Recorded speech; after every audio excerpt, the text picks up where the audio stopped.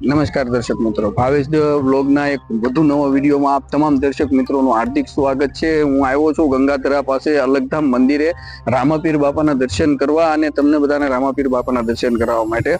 તો હવે આપણે મારી પાછળ તમને ગેટ દેખાતો હશે, તો આપણે અંદર જઈએ અને અંદર જઈને રામદેવપીર બાપાના દર્શન કરીએ। મંદિરની અંદર જતા કયા કયા ભગવાનના મંદિર છે અને કેવી રીતે મંદિરનું સંચાલન કરે છે અને કોણ સંચાલન કરે છે, આપણે એની સાથે વાત કરવાની કોશિશ કરીશું।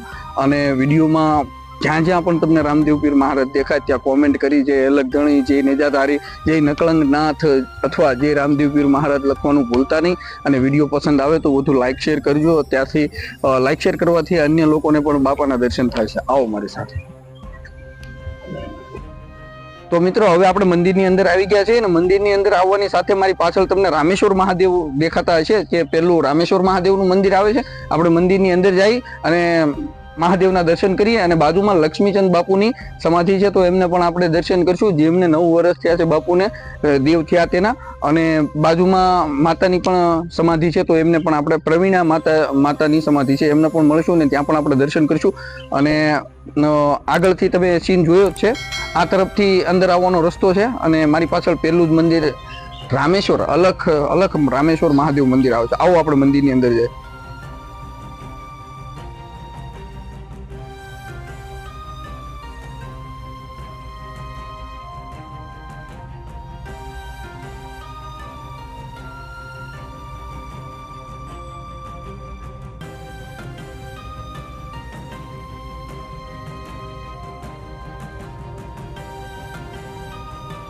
શ્રાવણ મહિનો છે અને ભોળાનાથના દર્શન થઈ જાય તો એટલું વધારે આપણા જીવનમાં કોઈ મુખ્ય અને મોટી વાત હોતી નથી। તો હું અહીંયા શૂટિંગ કરવા આવ્યો અને મને ભોળાનાથના દર્શન થઈ ગયા, તો મારો તો શ્રાવણ મહિનો સફળ થઈ ગયો મિત્રો। હવે તમે પણ ભોળાનાથના દર્શન કરો અને પછી આપણે આગળ મંદિરે તરફ જઈએ।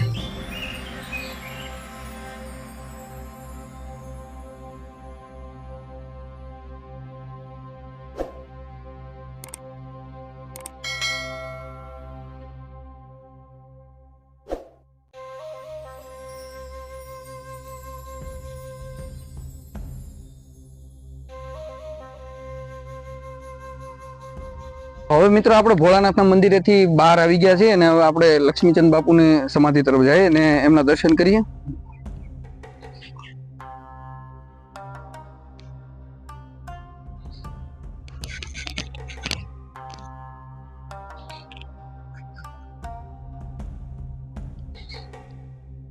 લક્ષ્મીચંદ બાપુ સમાધિ સ્થાન। બાપુ દેવ થયા તેના 9 વર્ષ થયા છે। બાપુએ મંદિરની સ્થાપના કરી હતી, અને મને પાકી ખબર નથી, પણ એમાં ઇતિહાસ હશે, આપણે આગળ જાણવાની કોશિશ કરીશું, વાત કરીશું આપણે આગળ।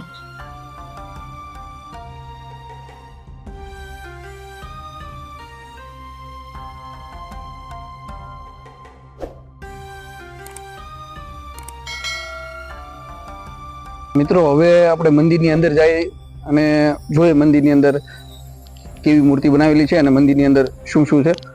તો આમાં લખ્યું છે શ્રી રામદેવજી મહારાજની પ્રેરણા સમાધિ સ્થાન, અને અહીંયા લક્ષ્મીચંદ બાપુની વિશેની માહિતી છે, જે આપ વિડીયોને પોઝ કરીને જોઈ શકો છો। અને આ સાઈડ પણ એક બોર્ડ છે, જેની અંદર દાતાઓની યાદી છે।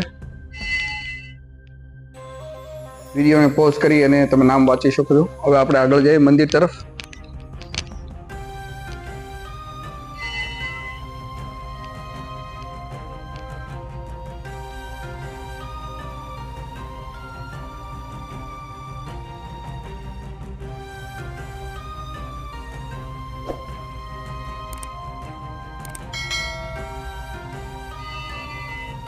મંદિરની અંદર ખૂબ જ સારું અને સુંદર બાપુની વિશે માહિતી અને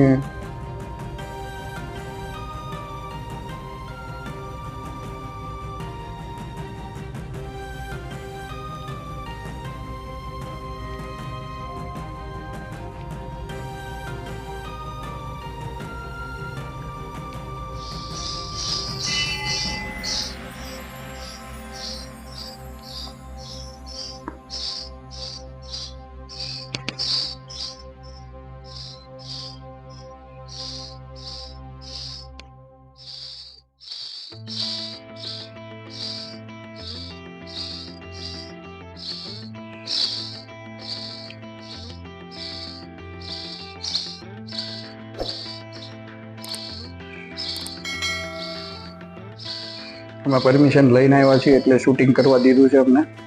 બાકી અહીંયા ફોટા પાડવા અને શૂટિંગ કરવાની સખત મનાઈ છે.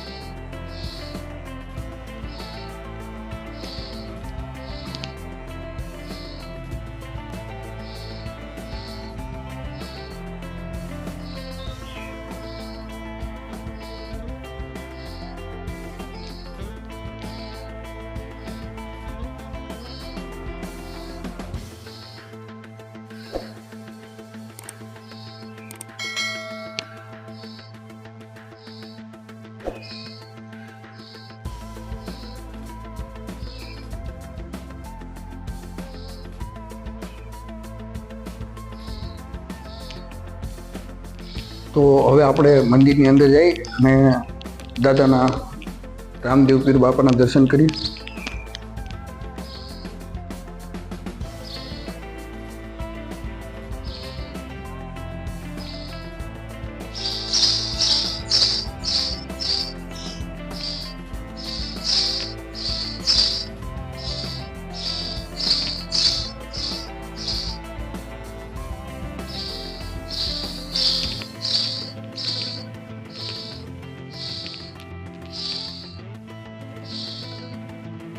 રામદેવ પીરના દર્શન થાય તમને તો વિડીયોને લાઈક શેર કરવાનું ભૂલતા નહીં, ચેનલને સબસ્ક્રાઈબ કરવાનું ભૂલતા નહીં.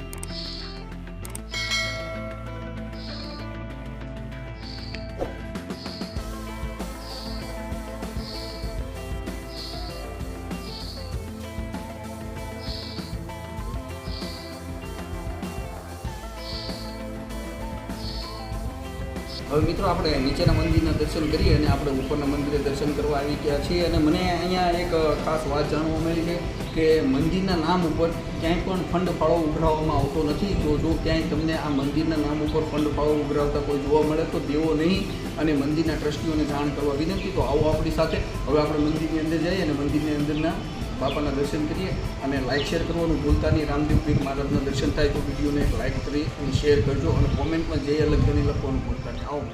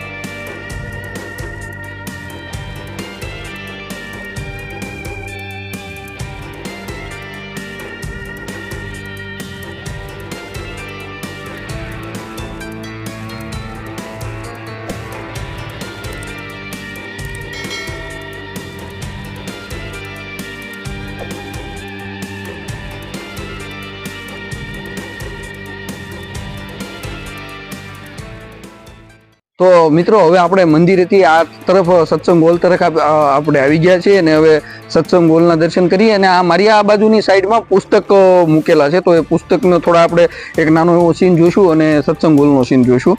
અને આગળ મસ્ત એક ફોટો પણ છે રામદેવ પીર મહારાજનું દર્શન કરવા લાયક. તો આવો આપણે સત્સંગ હોલ તરફ જઈએ.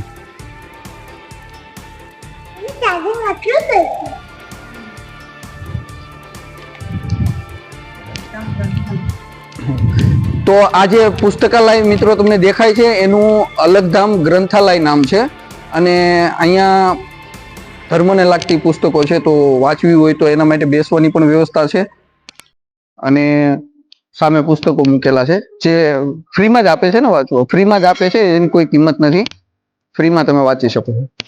અને આ સત્સંગ હોલ છે જે ખૂબ સુંદર અને ખૂબ જ મોટો સત્સંગ હોલ છે, જેને હા, અને દર બીજે અહીંયા જ્યોતિ પાઠ થાય છે.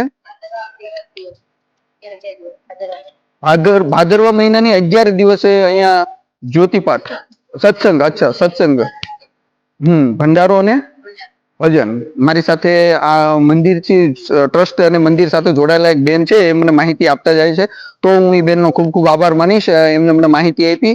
તો મિત્રો ભાદરવા મહિનામાં દર્શન કરવા આવો તો પ્રસાદી લેવાનું ભૂલતા નહીં, અને સત્સંગમાં તમે તમારું યોગદાન આપવા વિનંતી.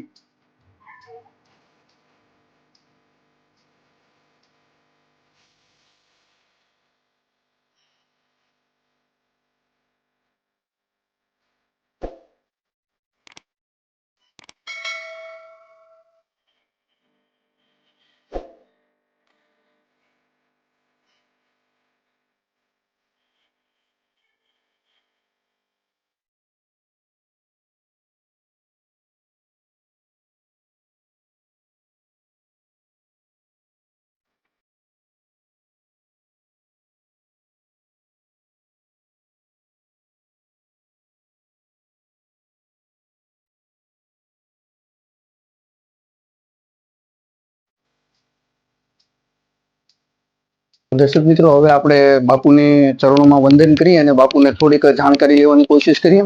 અને બાપુનું નામ ને પૂછીએ ને જગ્યાની શરૂઆત અને સ્થાપના કોને કરી એની વિશે થોડી ઘણી માહિતી લઈએ. જય અલગધામ બાપુ. આપનું નામ? યોગેશ્વર બાપુ અલગધામ. યોગેશ્વર બાપુ અલગધામ. બાપુ, આ જગ્યાની સ્થાપના ક્યારે થઈ?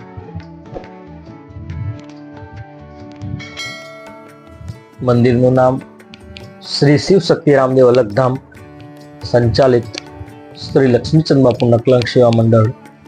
આ મંદિરની સ્થાપના પૂજ્ય બાપુના સ્વહસ્તે 1994માં મંદિરની સ્થાપના થઈ. અને ચૈત્ર સુદ તેરસ આમ 5 દિવસનો અહીં પ્રતિષ્ઠાનો કાર્યક્રમ એ સમયે રાખવામાં આવ્યો હતો.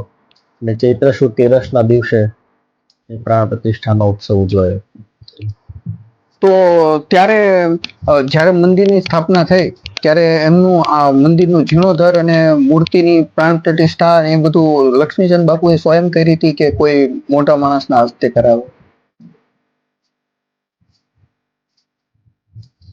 આ મંદિરનો જીર્ણોદ્ધાર થયો નથી. આ જગ્યા 32મી એવી જગ્યા છે કે અલગ અલગ બાપુએ જગ્યા જોઈ હતી, અને ત્યાર પછી એક નક્કી નિર્ધાર કરીને આ જગ્યા ઉપર આ મંદિરનું નિર્માણ કરવામાં આવ્યું. અને પૂજ્ય બાપુ અને એ સમયે ઘણા સાધુ સંતો હતા, તો એમના વરદ હસ્તે આ નિયમ મતલબ કે પ્રતિષ્ઠાનો ઉત્સવ પણ એવી રીતે ઉજવાયો હતો. અને જ્યારે મંદિરનું કામ ચાલુ કરવામાં આવ્યું હતું ત્યારે પણ ખૂબ ઓછા સમયમાં 19 મહિનામાં આ મંદિરનું કામ પૂરું કરવામાં આવ્યું.